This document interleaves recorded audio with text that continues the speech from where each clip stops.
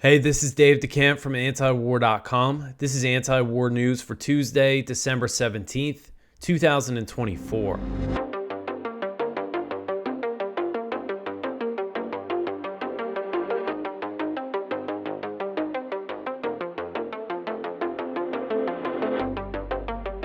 All right, the first story at the top of antiwar.com today. The U.S. bombed Syria, claims that 12 ISIS fighters were killed. So U.S. Central Command said Monday that its forces launched airstrikes in Syria, claiming the attacks targeted ISIS camps and killed 12 ISIS fighters. CENTCOM said in a press release that the strikes, quote, were conducted as part of the ongoing mission to disrupt, degrade, and defeat ISIS, preventing the terrorist group from conducting external operations, and to ensure that ISIS does not seek opportunities to reconstitute in central Syria, end quote.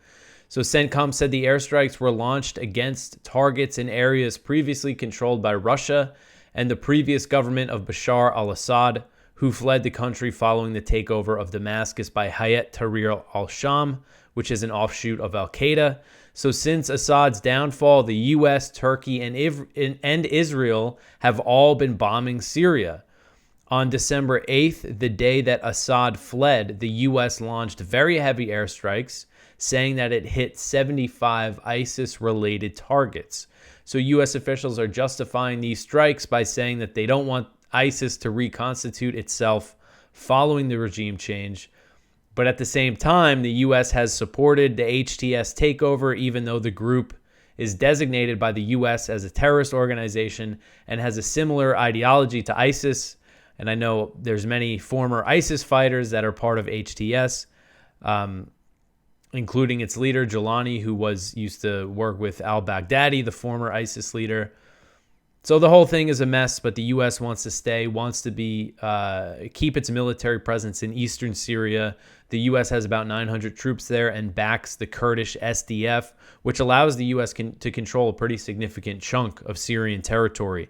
So they're using ISIS as the justification to stay in Syria, even though it's very clear that the occupation is about Iran. It's about keeping Iran out. And they're happy now that Iran's ally, Assad, has been overthrown, even though he's been overthrown by these al-Qaeda guys.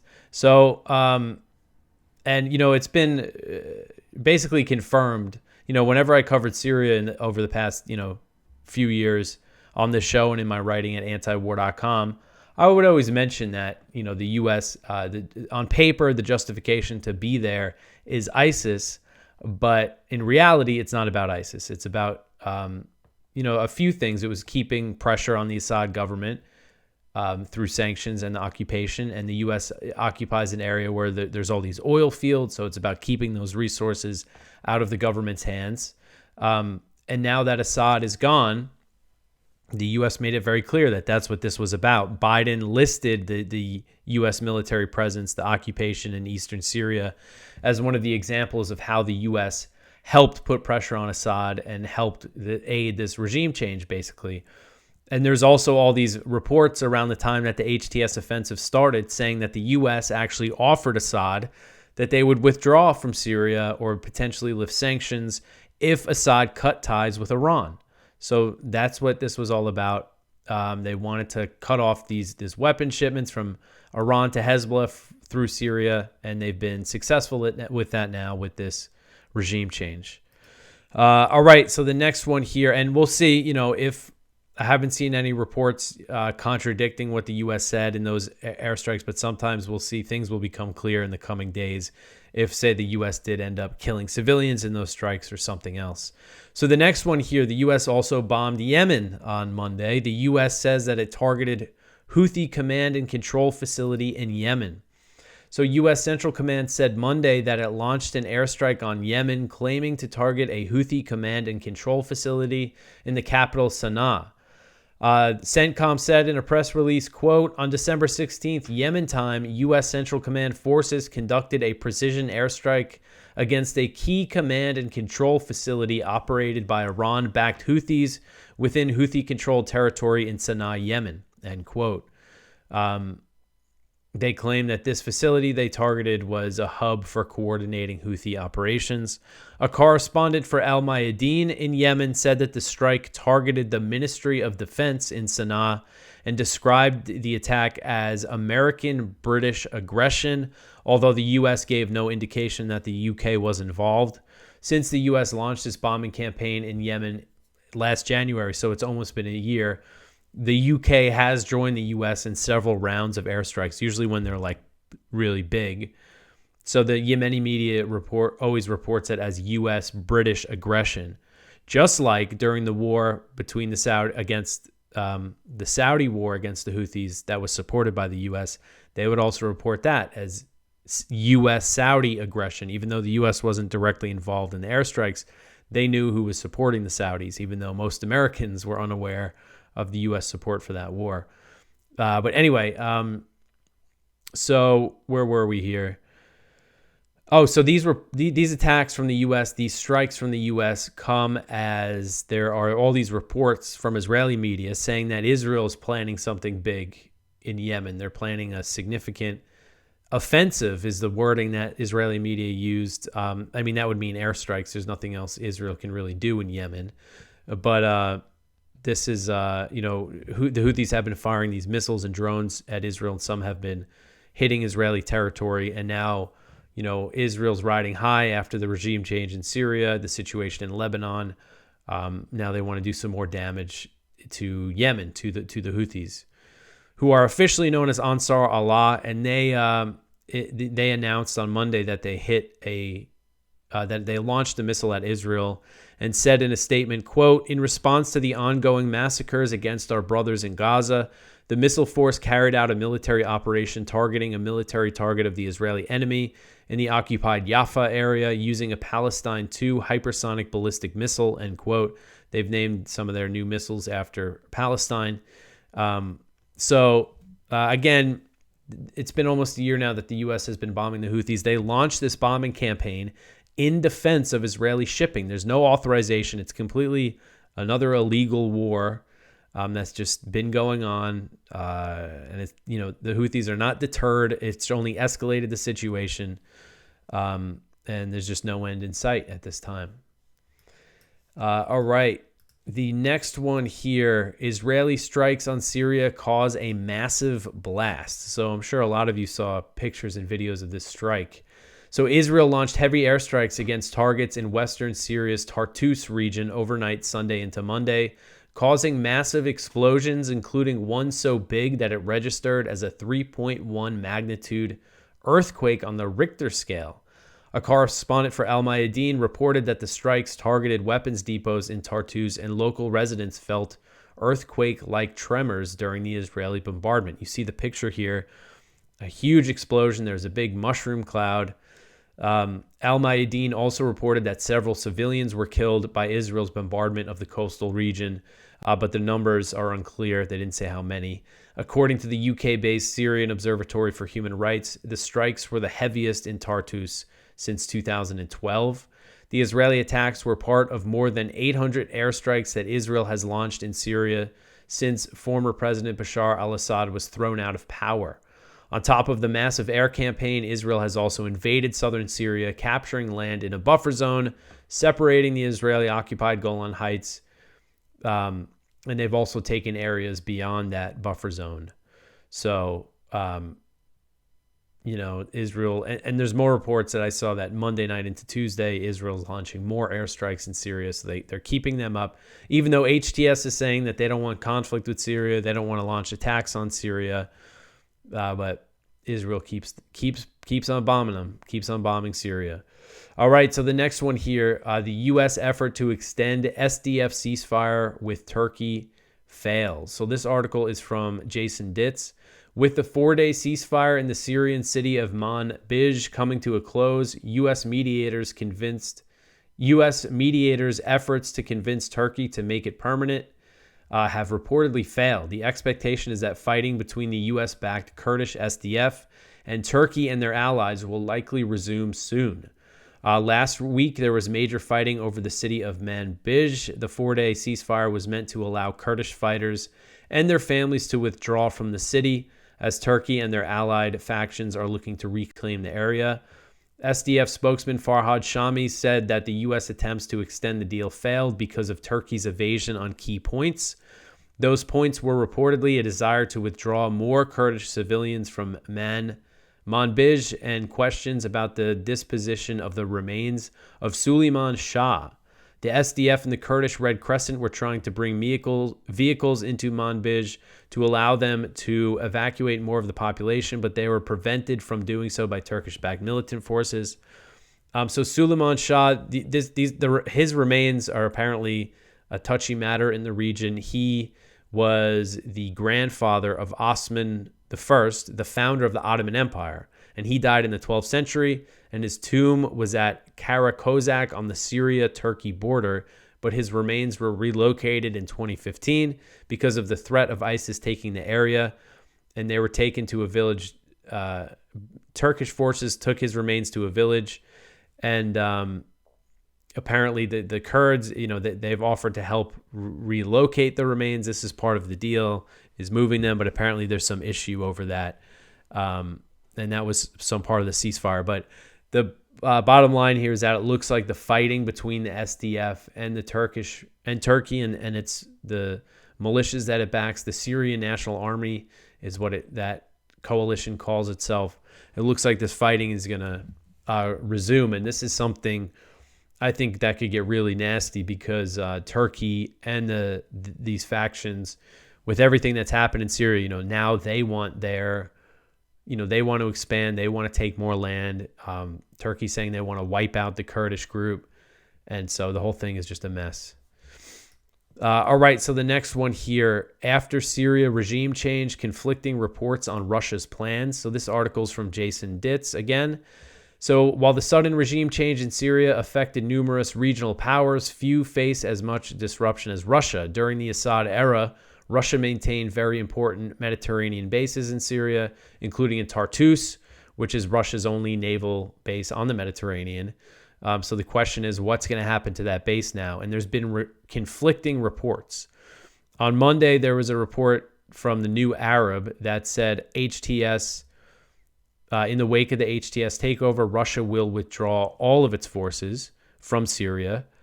Russia has not publicly announced that was the case. They've withdrawn from some areas, but there was other reports that said Russia is pulling back. They're removing some troops from Syria, but they're planning to keep their bases, but they're kind of drawing down. So again, conflicting reports. And then Russia came out with a statement on Monday on the matter and said that there was no decision yet on the future of their bases. And there's reports I saw in TASS, the Russian media outlet, that said Russia is trying to work out a deal with HTS to keep their bases. And HTS did get support from Ukraine in its offensive. Ukraine supplied drones and drone operators to them. So that is another aspect of this. So the U.S., there's EU officials saying that Syria's got to kick out Russia if they want sanctions lifted. So getting Russia out, I think, is going to be a big goal of the U.S. and the EU, and they got leverage that they could use against Syria because the sanctions campaign that they have, the sanctions, the economic war that they've waged against Syria has been really brutal, really crippling economic sanctions that were purposely designed to prevent the country from rebuilding, to prevent reconstruction until there was regime change. So now there's been regime change, and even though a U.S. designated terror group took over, there's talk now about lifting sanctions. And again, my position, I think the whole terror designation thing is flawed and shouldn't exist, because this is how you see the U.S. justify killing all these civilians in Gaza and Lebanon, and in its own drone wars, bombing people in their houses, killing their kids with them. The U.S. has done plenty of that in the terror wars, and also sanctions. I'm against sanctions on any country. But this goes to show how the U.S., how they pick and choose, sanctions on Assad. This, HTS, this terror group takes over, and now they're talking about lifting sanctions. It just shows the hypocrisy. It's all about their goals and what they want. And they wanted Assad out for a specific reason, and it doesn't really matter who replaces him. All right, so the next one here, Assad issues first statement since fleeing Syria over a week ago. So this article is from Kyle Anzalone at the Libertarian Institute. Former Syrian President Bashar al-Assad released a statement that detailed his final movement in Syria before fleeing to Russia. Assad and his family left the country after al-Qaeda-affiliated forces overran Damascus. So there's initially some question about if this was really him that put out this statement, but then from what I've seen from people who have sources in Syria and stuff, that they say that this is, it looks like it's a real statement from him. It was put out on his social media accounts. And Russia reported it, state media reported it as his statement. So he said, Assad said, quote, "I remained in Damascus carrying out my duties until the early hours of Sunday, December 8th, 2024. As terrorist forces infiltrated Damascus, I moved to Latakia in coordination with our Russian allies to oversee combat operations.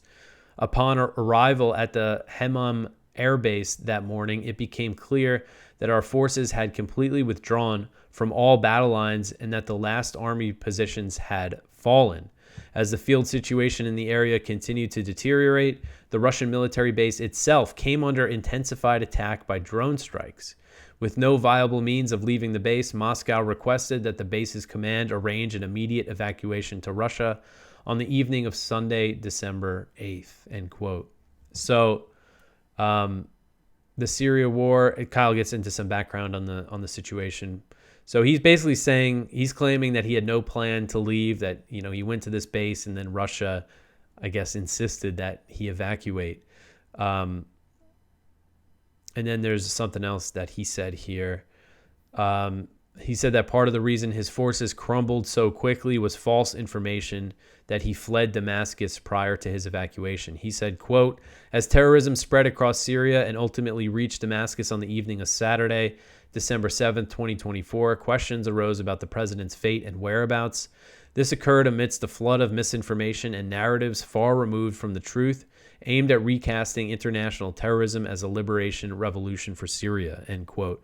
So, going back in my mind to that weekend, it was Saturday night, here in the U.S. when there's all these reports that he left, and that would have been Sunday morning in Syria. So he's claiming that he didn't actually leave till Sunday evening and that there was fake news about him leaving earlier, so who knows what the real, how exactly it went down. But he's basically saying Russia made me go. I didn't plan on leaving. All right, so the next one here, Israeli attacks kill 52 Palestinians in Gaza. So Gaza's health ministry said Monday that Israeli attacks killed at least 52 Palestinians and wounded 203 in the previous 24-hour period as the daily slaughter continues. Strikes on Monday included an Israeli attack on the Shati refugee camp in northern Gaza. According to the Palestinian news agency Wafa, the strike targeted a group of civilians, killing at least 4. Wafa also reported 5 Palestinians were killed by an Israeli strike in Beit Lahia, a northern city that's been under a total siege as part of the ethnic cleansing campaign. In central Gaza's Nuseirat refugee camp, at least 3 Palestinians were killed by an Israeli bombing. Later in the day, a young girl injured by strikes in Nuseirat succumbed to her wounds and died. Dr. Hussam Abu Safia, the director of the Kamal Adwan Hospital in Beit Lahia, said in a video message that Israeli snipers were targeting hospital staff, and he said that they were actually shooting in to the hospital. The picture here is a funeral that they held on Monday for a journalist who was killed a day earlier. I mentioned yesterday. He was killed in strikes on a civil defense site, and 5 civil defense workers were killed alongside the journalist. He was an Al Jazeera journalist. And the health ministry said that Monday that the latest violence brought its recorded death toll since October 2023 to 45,028. So their number has passed 45,000. And as we discuss a lot, their numbers only count the dead and wounded who arrive at hospitals for the most part. And there's many Palestinians who are missing and presumed dead under the rubble. And there was a statement from the director of the Palestinian NGO network on the number crossing 45,000, basically saying the real number is probably much higher. So, always worth mentioning that. And then when you factor in indirect deaths, the estimates get into the hundreds of thousands of dead. The American healthcare workers who worked in Gaza back in October, they sent a letter to Biden estimating that the U.S.-backed Israeli siege on Gaza has killed at least 118,000 Palestinians, and that was in October. And when I interviewed Dr. Feroz Sidwa, who led the letter, he said that was the bare minimum that they came up with looking at the data. All right, so the next one here, Israeli and Hamas officials say that a hostage deal is close. According to media reports on Monday, both Israeli and Hamas officials have said they feel that a hostage deal that would involve a temporary ceasefire in Gaza is close to being reached. Israeli media reported that Israeli Defense Minister Israel Katz told Knesset members in a closed-door meeting that a deal with Hamas was closer than ever. A Shark News, a Saudi news outlet, reported that an unnamed senior Hamas official also said that a deal was closer than ever. Al Akhbar, a Lebanese daily newspaper, reported that there is unprecedented readiness on both sides to reach an agreement. The details of the potential agreement are unclear, but the optimism comes after Hamas reportedly conceded to two major Israeli demands, agreeing that IDF troops will be able to remain in Gaza and handing over a list of hostages that it will release. And so basically, Hamas has, according to these reports, agreed that they would go for something that wouldn't be a permanent ceasefire. And according to the Wall Street Journal, the potential deal may involve a 60-day ceasefire, and during that time, Hamas would release 30 Israeli hostages, including U.S. citizens, and Israel would release Palestinian prisoners and allow more humanitarian aid to enter the Strip.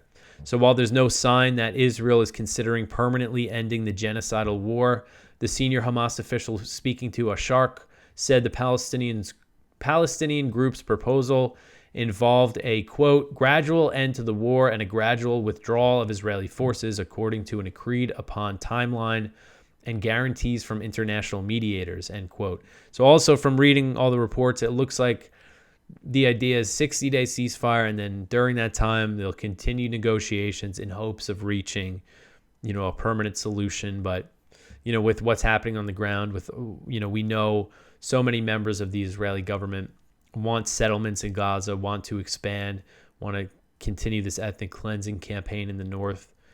I just don't see Israel going for a permanent solution, but hopefully something happens here, that there's some kind of ceasefire, that this violence ends, that the Palestinians in Gaza get some kind of relief. I mean, it is just absolutely horrific what's going on there day in and day out, and it just barely gets any attention these days with everything else that's been happening. But it's just every day slaughter, slaughter, slaughter, and it's tough to keep track of what happens there just in one single day. These stories that I write up, they're not a full exhaustive report of what happened in Gaza in just one day. All right, so the next one here, iconic Palestinian grandfather killed by Israel in Gaza. So this article is from Middle East Eye. A Palestinian man whose touching tribute to his dead granddaughter went viral on social media last year has now also been killed by the Israeli military. According to Palestinian journalists, Khaled Nabhan was killed during Israel's bombardment of the Nusret camp in central Gaza. And I saw pictures of him from Reuters of him dead, of his family mourning him. He became well known after his granddaughter was killed in an Israeli attack in Gaza in November 2023, with footage of him mourning the 3-year-old girl spreading across social media.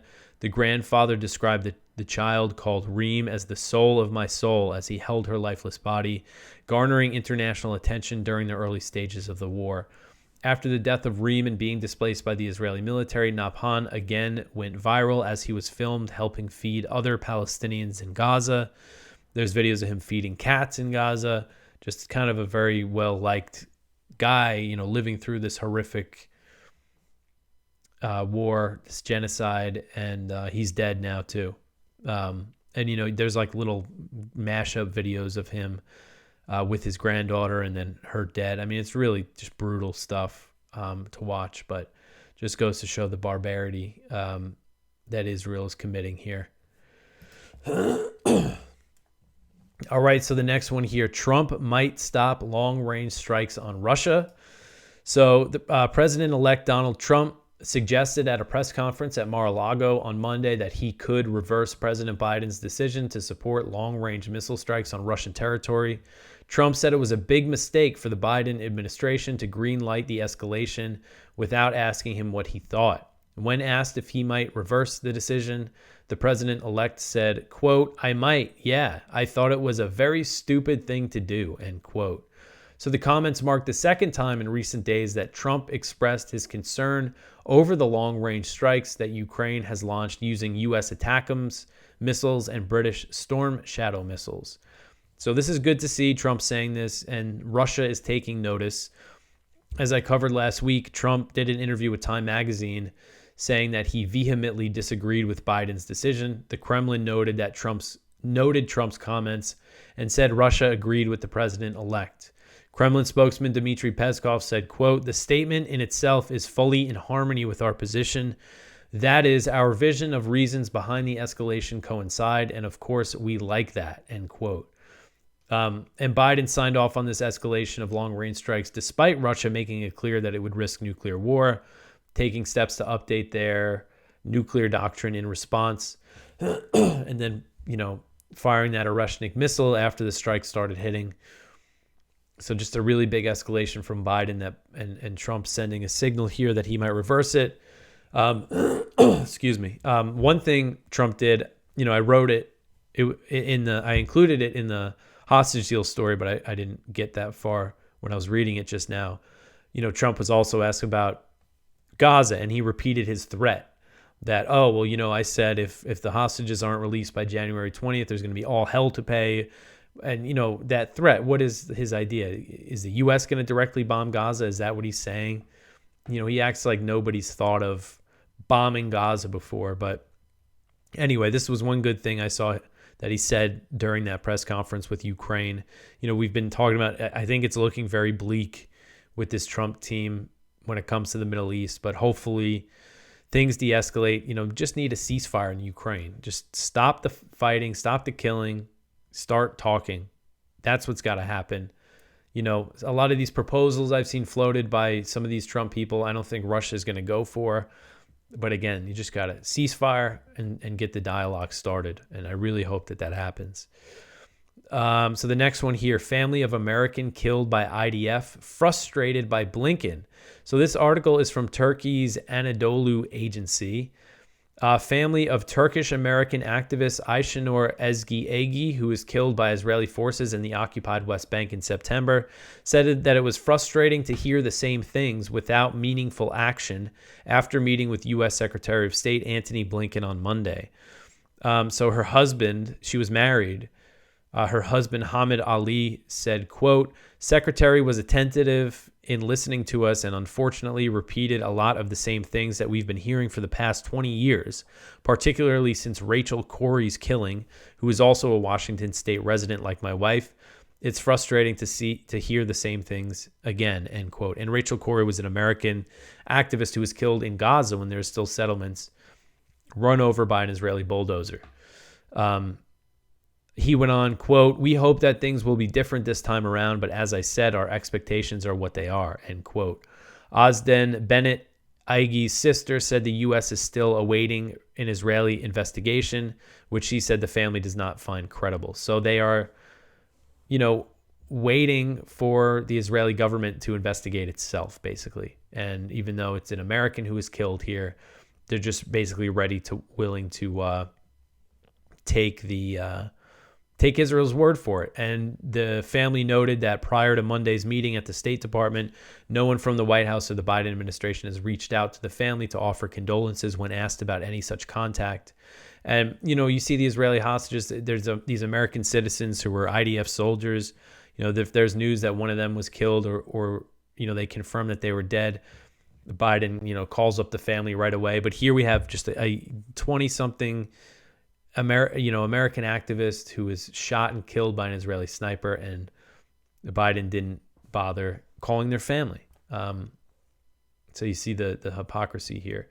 Not the hypocrisy, but the clear favorability towards the Israelis. All right, so the last story here, TikTok makes emergency appeal to U.S. Supreme Court. So this article is from the South China Morning Post. So I haven't been following the whole TikTok saga much lately, but they're basically, unless something changes, TikTok could be banned by like January 19th. They have until ByteDance, the company that owns it, the Chinese company that owns it, has until January 19th or to divest from it, or it's going to be banned. So TikTok petitioned the U.S. Supreme Court on Monday to temporarily halt a lower court's decision upholding a law mandating a nationwide ban of the popular Chinese-owned video app if it fails to secure a non-Chinese buyer by mid-January, pending a request for a full review. Also on Monday, during a news conference at his Mar-a-Lago resort in Florida, U.S. President Donald Trump praised TikTok for helping him connect with young voters. His comments were reportedly followed by a meeting with the company's U.S. chief executive, Xu Zhishu. TikTok did not immediately confirm the meeting. So the ban, which is set to take effect on January 19th, 2025, would prevent TikTok from operating in the U.S. unless it's sold to a non-Chinese business. So, it's completely unconstitutional what's happening here. So they're making an appeal to the Supreme Court to halt the ban, arguing that it infringes on the free speech rights of TikTok's 170 million American users. So hopefully the Supreme Court responds to this. This report's saying that they're not really expected to respond quickly, and this whole thing is coming up very, very quick. Again, January 19th. All right, so that is it for the news for today. Please go check out our viewpoints. One from Jonathan Cook, the day the media decided militant jihadism was respectable. One from Ted Snyder, the hypocrisy of bombing Iran. One from James Carden, will Trump channel Nixon in Ukraine? And one from Ron Paul, what are we doing in Syria? And one from Ana Maria Mangiardino, I resign from CNN over its pro-Israel bias. So please go check all of that out. That was a lot of stuff to go through. So much going on. You could always support this show by liking, subscribing, commenting, sharing it with your friends, sharing antiwar.com articles. Follow us on Instagram and on X. I will be back tomorrow with some more news. Thanks for listening.